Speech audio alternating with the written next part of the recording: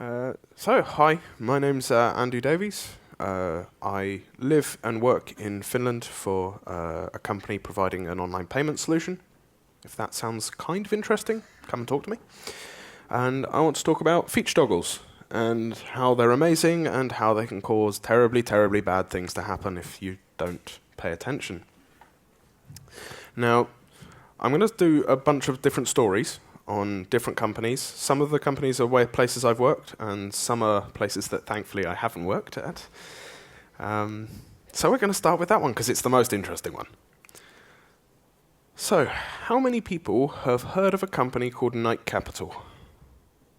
About 4 or 5. And does anyone want to shout out why they've heard of them? Yes, because they failed miserably. And that is exactly what we're going to talk about, because it's fun. So, for those who don't know, Knight Capital are an American global financial services firm, and they do market making, whatever that is, and market trading, which I think caused the financial crisis, and from the graph we're going to see they might well have done. So on the day in question that we're going to look at, they had $365 million worth of assets. And this is their stock price. And you can see somewhere, where's my pointer gone? There we go. There's quite a drop here. That took, go away, thank you. That took 45 minutes for that stock drop to happen.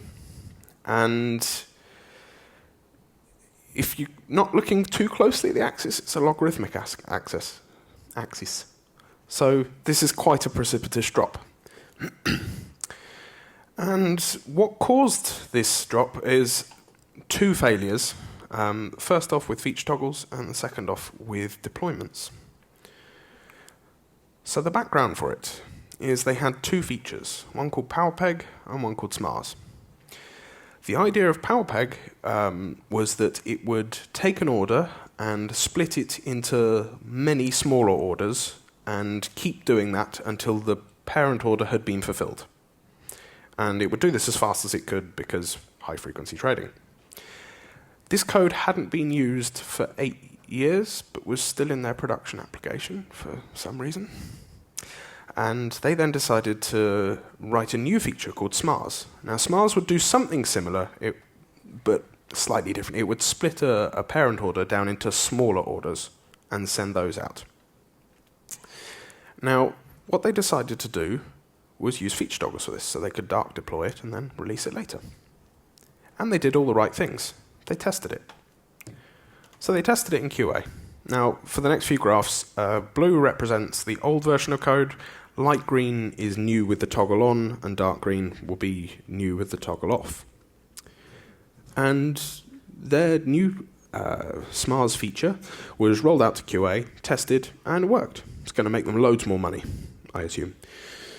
So they deployed it to production as a dark release. So here we have all of the servers have got the new version of the software, except only one of them didn't, and they didn't notice.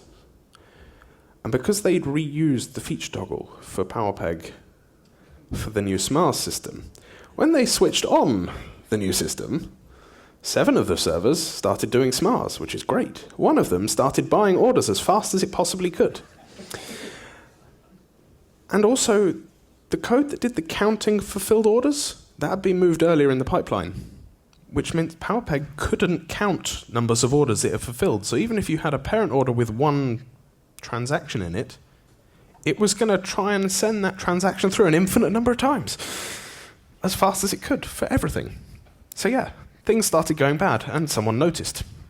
So they did the logical thing when a deployment has just gone wrong, and you're not using feature toggles, you roll back to the previous version. They've made their problem, 8 infinite times worse. And people noticed, thankfully, that this was not going well. And eventually someone switched off the feature toggle, so we're now back to the previous state. This whole process took 45 minutes, and they managed to lose $450 million in 45 minutes. And if you recall back to 2 minutes ago, they only had 365 to start with. Didn't do very well for the existence of their company. So yeah, that's what can go wrong if you use a feature toggle badly. If they'd just switched off the toggle, wouldn't have gone quite so badly. But they had a number of issues that caused this to happen. The first rule here is never reuse a feature toggle. It is just not worth doing.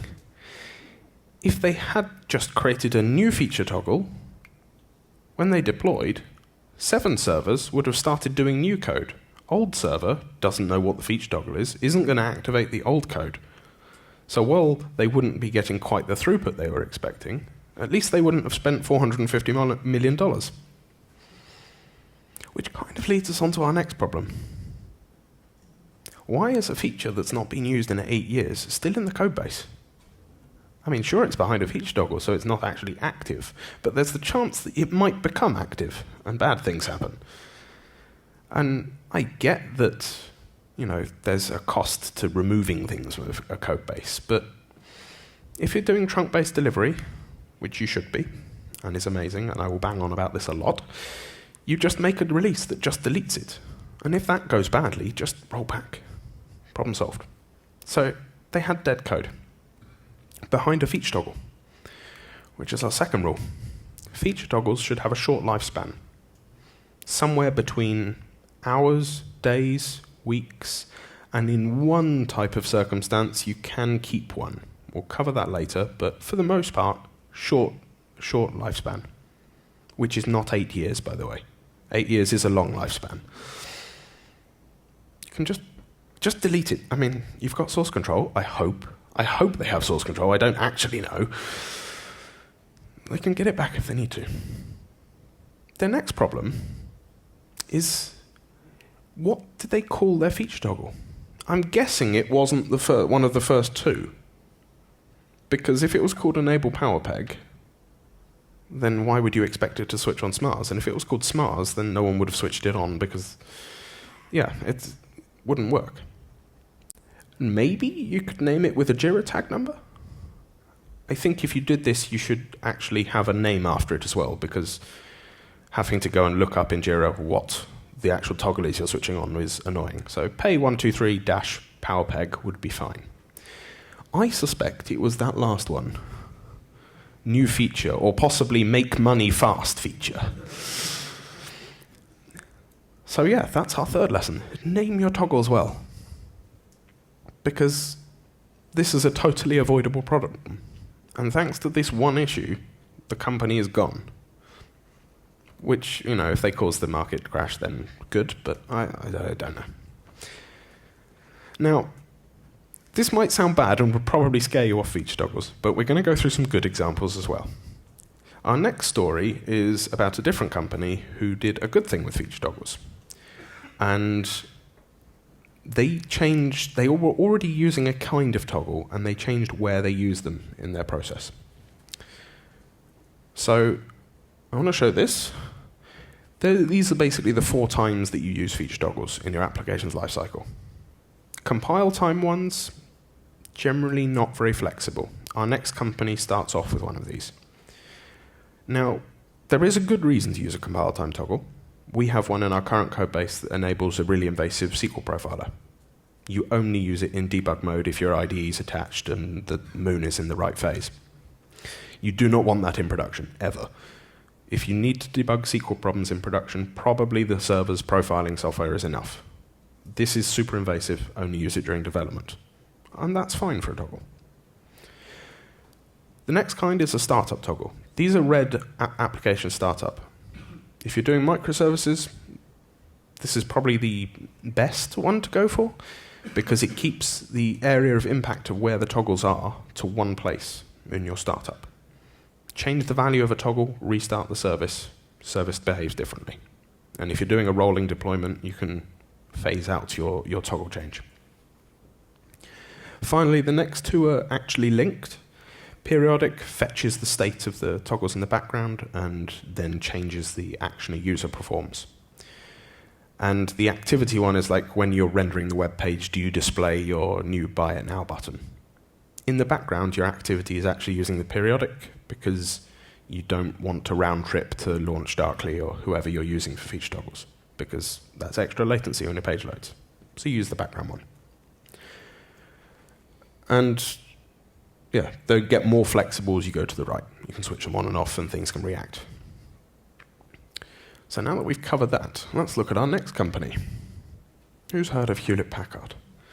And why have you heard of... No, okay. So in our case, we're going to be talking specifically about their LaserJet printers. Now, they had around 400 to 800 developers and over 10 million lines of code. Now, the two articles I've read, one says 10 mm, so I'm not sure if they mean 10 million or if that's a typo. A lot of code, either way. And they were averaging 2 firmware releases per year, so one every 6 months, which is not very quick, but it's firmware. Now, the interesting part of this comes that, according to the person in charge of this division, when they looked at their developers' utilization, they were spending 5% of their time writing new features. And the remaining 95% was on status meetings and merging and waiting for feedback and fixing things they'd broken months ago. Because we all like short feedback cycles, I assume. You know, the quicker you know that you've broken something, the quicker you can fix it. Their feedback cycle was 8 weeks. And so that included a 6 weeks manual integration testing on a printer. And so they check something in, and then 8 weeks later, someone would come up and go, hey, you've broken something. Do you remember that thing you worked on? And they're like, no, I haven't worked here that long, have I? You know, the context has completely gone by this point. So, yeah, and you've probably, in that time, broken someone else's dependencies, because if they've pulled the latest of your branch and built on that, and then they've got 6 weeks to wait, they don't know if they broke it or if someone else months beforehand did. Now, I've alluded to branching a few times. This was roughly their branching strategy from what I've been able to research. Each printer gets its own branch. Each printer's features are controlled? That's controlled by toggles. So yeah, each printer is controlled, I like this word actually, by if defines spattered throughout the code base. Historically, not a good way of doing things. So each of these circles is me guessing of them configuring a printer by adding a new if define. If printer is model blah, do something. Now each branch gets its own build and its own release of 8 weeks, and there's also bug fixes happening, which are diamonds in this case. And that's how you merge them.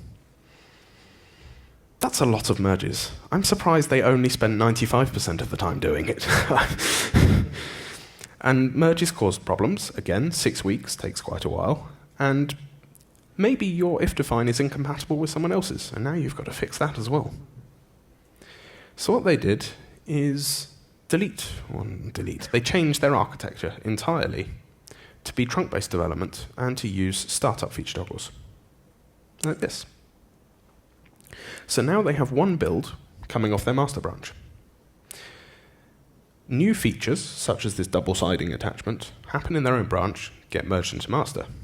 New printers, each printer is configured with a config file for each printer specifying what features it supports, such as double-siding, scanning, fax, whatever. And on startup of the firmware, it reads the printer's model out of the actual electronic hardware and then grabs the appropriate config file.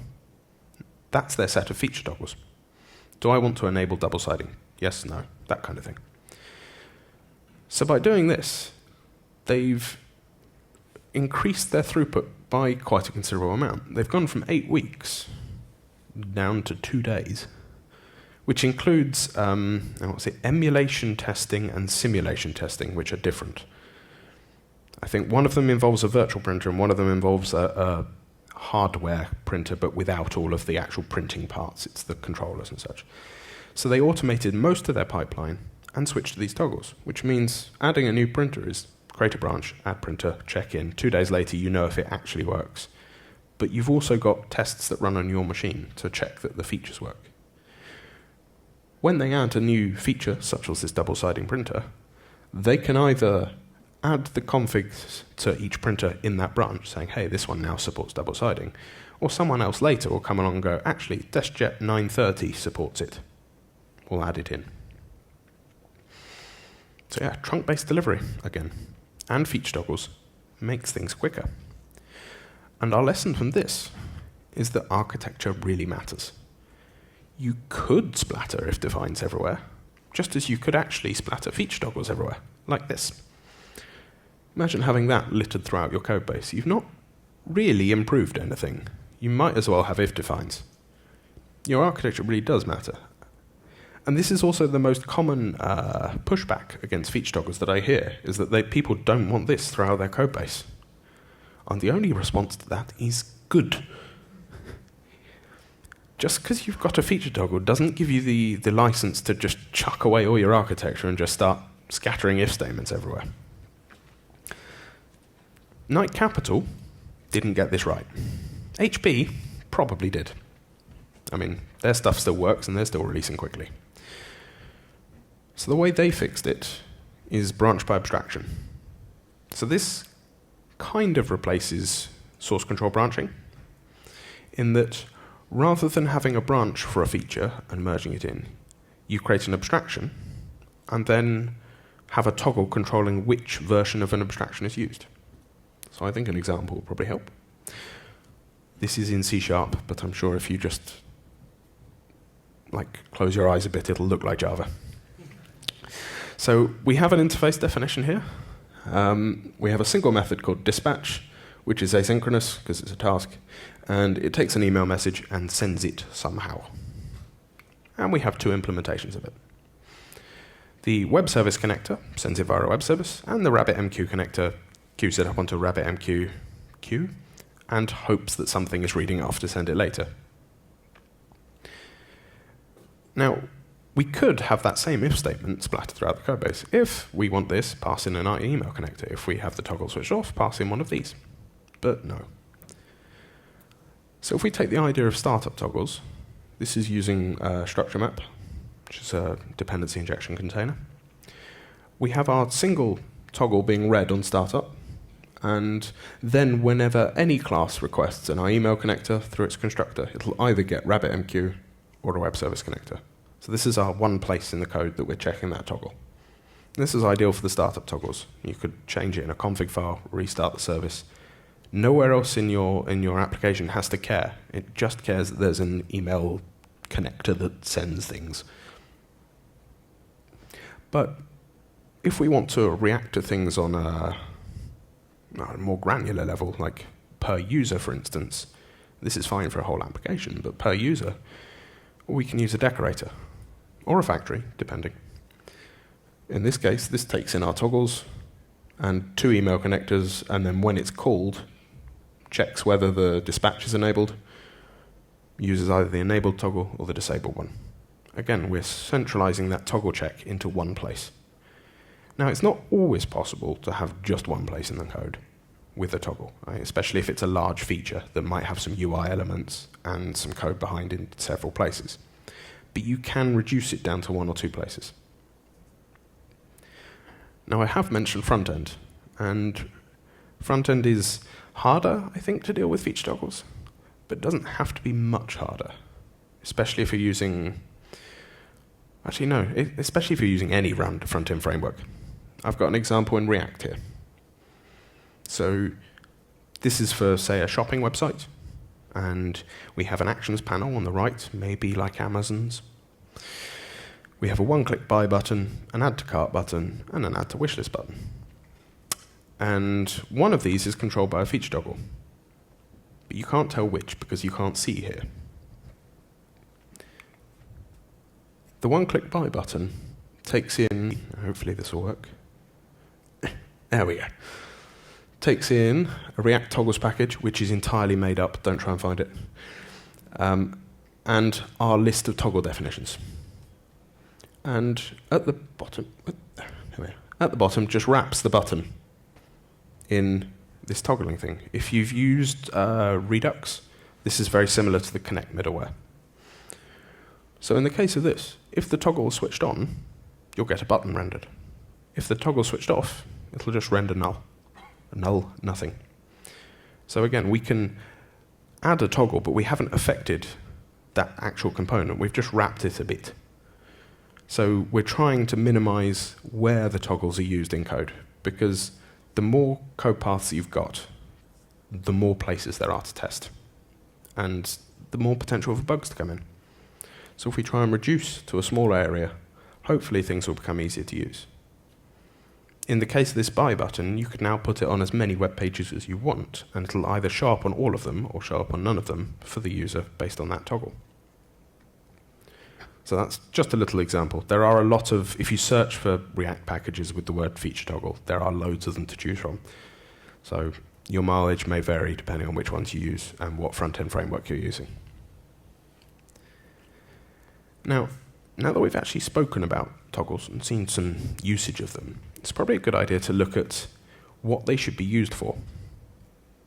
And we've got our axis of flexibility along the bottom and an annoying cursor in the way. Get out of the way. And up the side, we have 4 different types of feature toggling. The first one is the release toggle. This is the one we've been mostly looking at, whether you want to roll out a new feature. This is generally a subset of your users, or a particular user, or a group of users. So you might say, I want 10% of my users to see this new feature, or people in the beta testing group can see it, but no one else can. An experiment toggle is basically the same, but generally has the implication that you're running a very short-lived experiment. So maybe you're going to check if the color of your buy button should be green or blue, and you'd have monitoring for how many click-throughs you get, and you run an A/B test. And say, the blue one gets 10 clicks per minute and the green one gets 30, so we should probably use the green one. That's an experiment toggle. That one should be very, very short-lived, because you only want to run your experiment for a short amount of time. The ops toggle, this is the one that is allowed to live for a long time. Generally, this is to switch on or off a feature that might have a performance impact. I have an example later of this. So these can be automated or can be manual, so a user watching a database and switching on or off a feature. You might use this in a microservice architecture if you've got if you look at Amazon's front page and you've got the recommendations at the bottom. Recommendations don't always appear. I mean, mostly they do, but it might not appear, and it might be because they've switched off the toggle because something's broken. Finally, we've got permissions. This is, again, for a particular user or group. And my advice with permissions and feature toggles is don't do it. You're using the wrong tool. If you don't have an authorization tool, maybe you should use a feature toggle for a short amount of time. But please don't, because you're blurring the boundary. And the implication of a permission is that it's going to be long-lived. Is a user allowed to perform an action is fundamentally a different question to, has the user got access to the new version of this feature? And yeah, you're really blurring things. So if you need to do permissions, use an authorization service, identity server or Keycloak, ones that I've used to this. So yeah, don't do that. And now let's look at when you should use these. And we've removed permissions because you shouldn't. If you can't see it, people won't try and do it, hopefully. So, release toggles. Generally, going to be on compile, startup, or periodic. Compile isn't great because you're going to have to rebuild your application to switch on or off the toggle. But maybe if you're building a Docker container, you'd have a version with the feature and a version without the feature, so there might be some benefit to it. Startup is the one I'd recommend for that. Read the value from an environment variable, configuration file, feature toggling service, and you can always restart containers to change their environment variables. Finally, periodic ones, more flexible, and kind of implies the activity one as well. If you've discovered your feature is going to, I don't know, not work, suddenly you've realized that your color change of the button isn't working, your new one-click buy button is, actually the one-click buy button, you've added one and suddenly you've received a cease and desist letter from Amazon because they have a patent on that. So you need a toggle to switch it off. So a periodic toggle, probably a good idea. Switch it off. A few minutes later, no one sees it. Next, our experiment toggle. Basically the same, but shifted to the right. You can't really experiment with a compile toggle because you're trying to A/B test something. Again, you could have 2 Docker containers, but now you have to have 2 versions of it in production and a load balancer so that people can go to one version or the other. Use the startup or the periodic. Generally, with an experiment, the riskier your experiment is, the further to the right on this you should be. Because if it's a really risky experiment, you might want to switch it off very quickly. If you've suddenly decided that you're losing $45 million very quickly, you might want to switch that off. Whereas if it's a compile time toggle, you've now got to rebuild it and deploy. So yeah, bigger risk, stay to the right. Low risk, maybe on the left is fine. Finally, we have our operations toggles. These are periodic or activity-based. Again, with activity, you're probably actually using periodic. Maybe it fetches the value of the toggle every 2 seconds in the background. You can have a very low period or a very long period. The difference with an operations toggle is this will probably affect all your users, not just a subset or a group.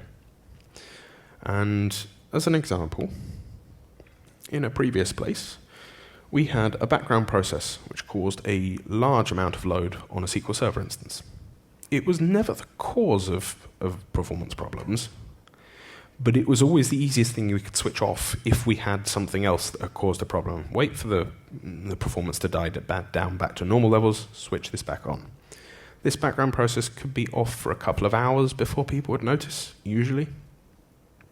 So what we did is we had a performance monitor which would change the state of a toggle if the performance of the server got too low, or high, depending how you look at it, and would then switch it back on again later. Now this performance monitor is the most complicated piece of software that can possibly exist. It was a person. It's the DBA, and if he decided that it was going badly, he'd switch off the thing, which was fine. And that's all we needed to start with, because we didn't know how often this impact would actually happen. So just having a person do it is fine, and we can automate it later. Eventually, this ops toggle got removed when the process was rewritten to use an Elasticsearch instance, and all of the load from SQL Server disappeared. But that was a project that we knew how to fix it, but it just wasn't very high priority. And an operations toggle, with the DBA occasionally flicking a switch, was a much quicker solution than to rewrite it at the time. So that's my next lesson, is to monitor your toggles.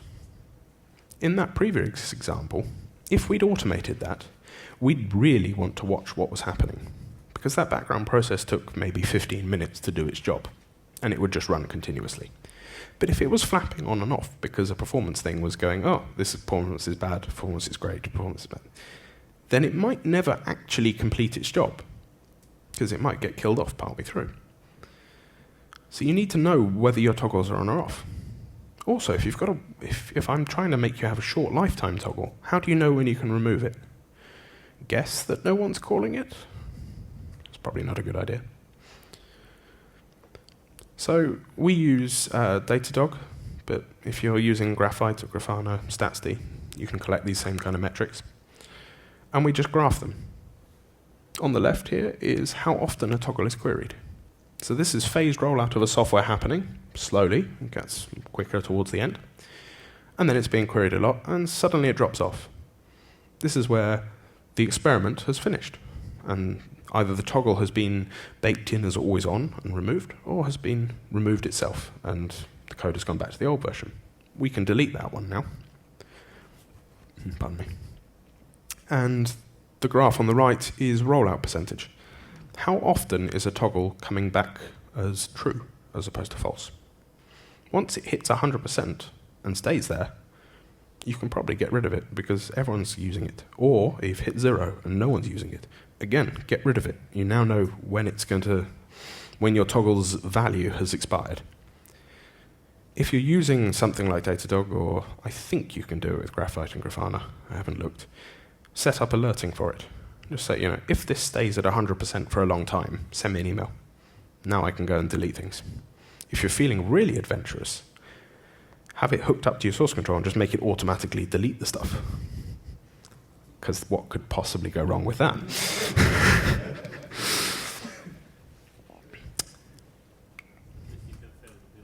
Yeah, hopefully your unit tests or builds will catch it. If you've got them. You know.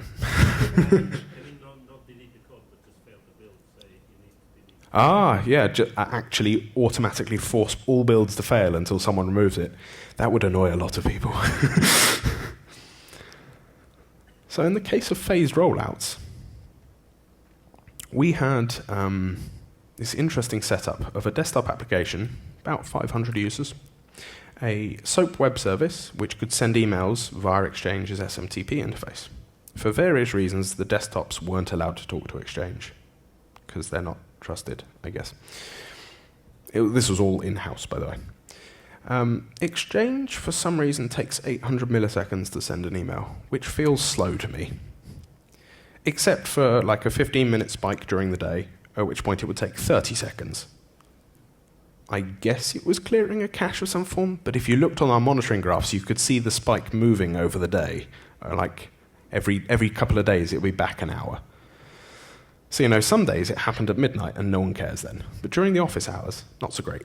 Because any errors from Exchange went back to the SOAP service, which went back to the application, and people got horrible error messages. Added to which the SOAP service was terrible. It did magic. It had a queuing system, which wasn't. And you get TCP timeouts, because its idea of queuing was just thread sleep. Anyway. So we decided eventually we needed to replace this thing. And because of all the magic the SOAP service did, we didn't want that magic elsewhere. We wanted to implement a new version and roll it out. And the magic also included formatting of emails and embedding images and pulling all things out of here and who knows what. So we wrote a new system, which used the RabbitMQ queue. This is from the email connector example earlier. So we just had a queue and a worker process, and the worker process would take things off the queue, send it to Exchange. Now the client doesn't care about 800 milliseconds to 30 seconds of delay, because they get an instant, okay, your email was probably sent from RabbitMQ. We have a second connector implementation, this one in grey, and then when we switch it on, we stop using the old one. Now, because of the magic of this SOAP service, we didn't want to just roll it out to the whole company and hope that it worked, because someone would find an error, and then we'd have a lot of angry users. So what we did is we looked at our error logs and found the user who got the most errors from the old system and went up to him and went, hey, do you want to beta test the new version? It'll be better, we think. And he was all for it. And I was like, oh, yeah, if this will work better and make my job easier, sure. So we switched him onto the new version. And then we switched him off again when he found an error, and back on again. And this went on and off for a week or so, because he was finding all the formatting issues that we weren't, because, we weren't reading his emails to test things. And once he was happy with it, which took maybe a week, maybe a bit longer, can't remember, long time ago, we found the second person who had the most issues, who was interestingly on his team. I'm not sure if that says something about how the team worked, but either way, it was his teammate. So we rolled the teammate on, and they didn't find any issues. So we rolled his whole team onto it. A lot more people than this graph is representing, but it'll do for now. At this point, we found a rather nasty performance issue. We had one queue for emails. Now, in this case, blue represents one user, green represents the other user. Blue sends a mail merge of, say, 1,000 emails, each queued up as one email, and then green is on the phone to someone and says, yeah, I've sent you the contract. And the person goes, no, you haven't. And you go, well, the system says I have. Well, I haven't received it. Okay, I'll send it again. This isn't great. So what we did is just split it into two queues. Bulk emails, direct emails. The workers are just set up to try and read off the direct ones. If there's nothing there, read off the bulk queue. Simple load balancing. And this worked. This prevented their issues. So we rolled it out to another team, and then their department, and their department. There were a lot of departments, until we got to the whole company. At this point, 99% of the company think that we did a big bang release and released something awesome straight away. We look amazing. Look, we released a new thing. It's great. Everyone loves it. No problems. IT is great. The beta testers, they feel great as well. We were included. We helped build something. We provided feedback. It made my job better. Everyone feels great. No one gets to see, that performance problem. The people who did see it, they think they're great because they helped. So this not only helps speed up your delivery, but also helps people appreciate you because they think you can just do that and great things happen, rather than, all those little failures that no one needs to see. This whole process took about 6 to 8 weeks. We were doing other things at the same time, or we waited for them to find problems, and the rollout got faster and faster towards the end. After 4 weeks or so of everyone on the company using it and no complaints coming in, well, no more than normal, we then deleted the toggle. Deleted the SOAP service, which was great, and left Exchange to its random slowdowns. And no one cares. As far as I'm aware, that feature and system is still in use with, I don't know if it's got any changes or not, but yeah, very successful rollout. Now, because this took 6 to 8 weeks, and we had a new set of interfaces and abstraction points, we had a lot more code that needed testing, assuming we did it. And that's the other piece of feedback people come back against feature toggles. Because although this was a great way of releasing, you have doubled the number of code, hopefully for a short amount of time, but you have doubled the amount of code, which has probably given you more than double amount of code paths. So the thing people hate is it makes testing harder. And I say it doesn't. Because this is your feature file for your old version of your code. You don't need to change this. This is when the feature toggle is off. Add a second copy for the feature toggle on. This one you'll probably change to have the new feature, because I'm assuming if you're writing a new feature, it doesn't behave exactly the same as the old feature, unless you're providing an in-place replacement, in which case you don't need to write the second file because it should work the same. When you've finished with your toggle, and it was successful, delete the old file. When you've finished with your toggle and you've decided not to use it because it was a failure, delete the new file. You've not made testing any harder, you've just made it slightly bigger for a short amount of time. Same goes for manual testing. Test script for old version, test script for new version. Chuck away whichever one you're not using. People also complain that it adds complexity. And again, does it? Does it really? I mean, we're software developers. Everything we do adds complexity. Maybe not deleting code, which is fun. And if you've seen my Twitter timeline, last week I deleted 1.9 million lines of code, and this week I managed 700,000 lines. I need to find another 1.3 by the end of the week. So yeah, I don't think it adds complexity. I mean, everything adds complexity. We can abstract, or we can hide complexity, hopefully well. I mean, you don't have to think about the bits in your CPU or the atoms coming out of your screen when you're viewing things, but the complexity's still there. I think toggles can abstract that complexity out of the way, and I have a great example of this. This is the same company as the email rollout, and this is a thing that happened after it. We should have known better, but we didn't, because reasons. So in our other thing, which was a monolithic application, master branch bug fixes happening on a regular basis, 2 gigantic internal projects, both about a year long, 1 developer on each, because that's a good way of splitting resources, and an outsourced project with developers who'd read one of those Learn Programming in 24 Hours books, and they hadn't read the source control book, which is why there's only 1 dot on the end. And I don't think they'd heard of a build machine or even possibly the compile button. So the less we say about that branch, the better. Now, this second internal feature was the one that the business wanted to happen first. And it got deployed to our QA environment, and it was tested. And yes, that's great. We want to deploy it. So it got merged to master. Internal 1 got rebased off master. You can probably see where this is about to go. More testing happens, and someone comes back and goes, no, we can't release this yet. It needs X, Y, and Z added to it. But we want internal 1 to go out now. Have you ever tried to undo a rebase? Don't recommend it. And this happened several times in both directions. Eventually we realized that don't rebase the other branch until the first one's in production. That'll solve the issue. If only we'd used feature toggles. Because we'd have been merging these things to master and just hidden them behind a toggle. And then when they wanted it, we'd switch it on, or if they didn't want it, switch it off. Wouldn't have mattered about priority changing. I mean, sure, these two toggles would have lived for a long time, but they'd have been known about. You know, this is Project A's toggle, this is Project B's toggle, and we'd have named them Project A and Project B, and not called them new feature. Because, you know, we're not Knight Capital. We're not that bad. And the outsource branch, I didn't even compile, so we don't need to mention that one. I just put it on there because it's hilarious. So, in summary, we have 5 rules. Never reuse toggles.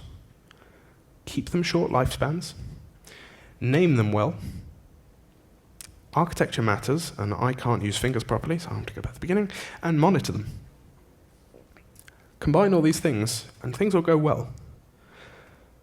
Do any of these, well, mostly the first 3. If you do the first three wrong, please write to me after you've done it, and I'll put you in instead of Knight Capital. Actually, only if you've managed to lose more money in a shorter amount of time, because that would make the story funnier. But yeah, so toggles do have a very, I guess, a double-edged sword. If you do things wrong, you're going to break things. But in fairness, you could manage that without toggles. I'm very capable about breaking things without feature toggles. I don't need feature toggles to break things. I will break anything. Hopefully I'll notice before anyone else does. Maybe not. Finally, I've got some links there. The first article is the in-depth about Knight Capital. Second link is the in-depth about Hewlett-Packard. There's also a book linked off there about it. Then we've got some information about feature toggles, trunk-based delivery, and a link to these slides. And if you hit the letter S, you get my speaker notes, which won't help you because they're very short. And with that, I think I've got 8 minutes for questions. So, thank you.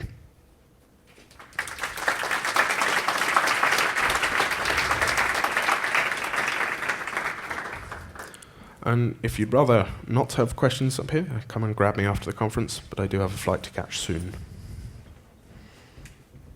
Yes? You had a very neat way of controlling which feature to use or not with useful interfaces.